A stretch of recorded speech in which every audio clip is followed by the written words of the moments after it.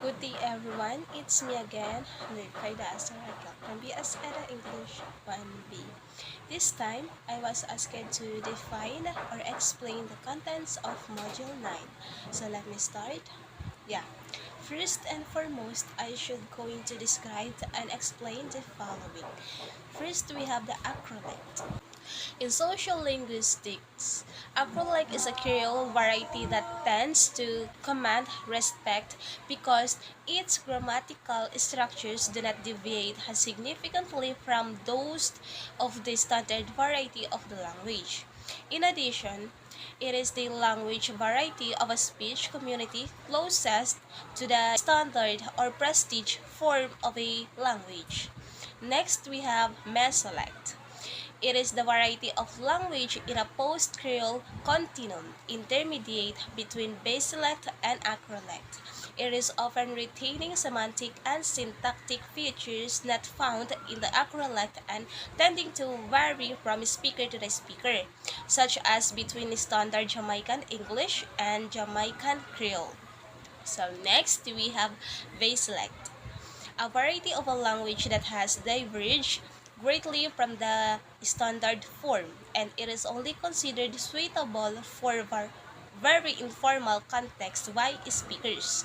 Also, the variety of speech that is most remote from the prestige variety, especially in an area wherein or where a Creole is spoken. For example, in Jamaica, Jamaican Creole is the basic, whereas standard Jamaican English is the acrolect or prestige language.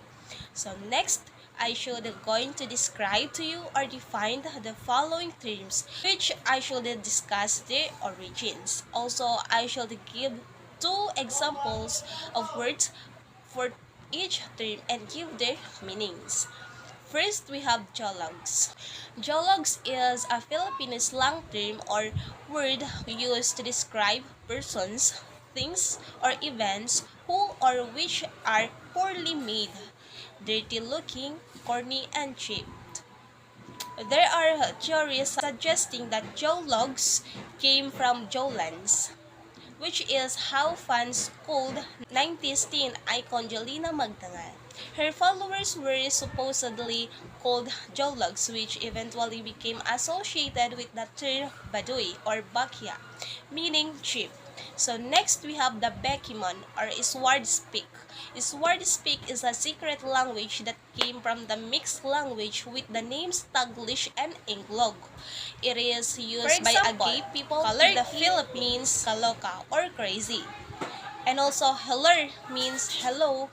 So next we have Jejemon. It is a type of a person in the Philippines who makes the English language hard to read. For example, the capital letters of ha ha ha, the spelling of it especially in chat or text is JA, which is ha ha ha. Another example is the PO, which is the PO. It became PO. The spell is PHOEW. So that's it.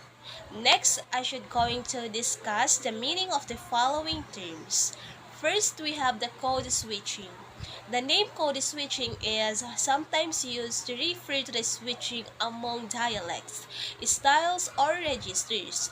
This form of switching is practiced, for example, by speakers of African American vernacular English as they move from less formal to the more formal settings. Next, we have the discourse. In linguistics, discourse refers to a unit of a language longer than a single sentence. Whenever you communicate with someone about a topic, either in writing or speaking, you are participating in discourse. Since communication happens all the time, discourse is a huge part of our everyday lives. Next, we have the social discourse. Social discourse is a speech or text communication that involves a social element.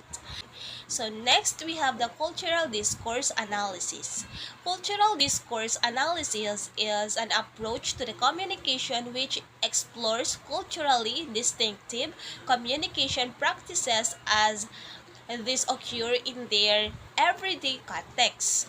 The meanings participants activate in those practices as well as cross-cultural analysis of those everyday practices and their meanings.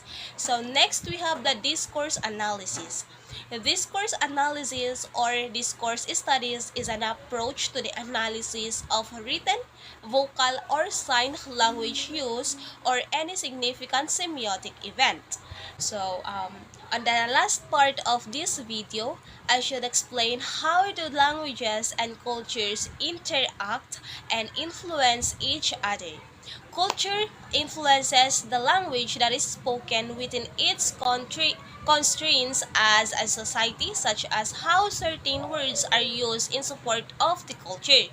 It's through language that members of a specific culture communicate with each other and create bonds with each other. Our cultural values influence the way we perceive, talk, and communicate with others. So, in reality, language used to convey cultural ideas and beliefs. Furthermore, both cultural and language allow us to look backward in history.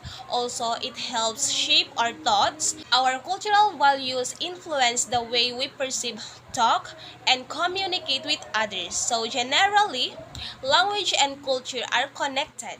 There is a close relationship between language and culture because it is impossible to understand a culture without language and backward. That's all. Thank you for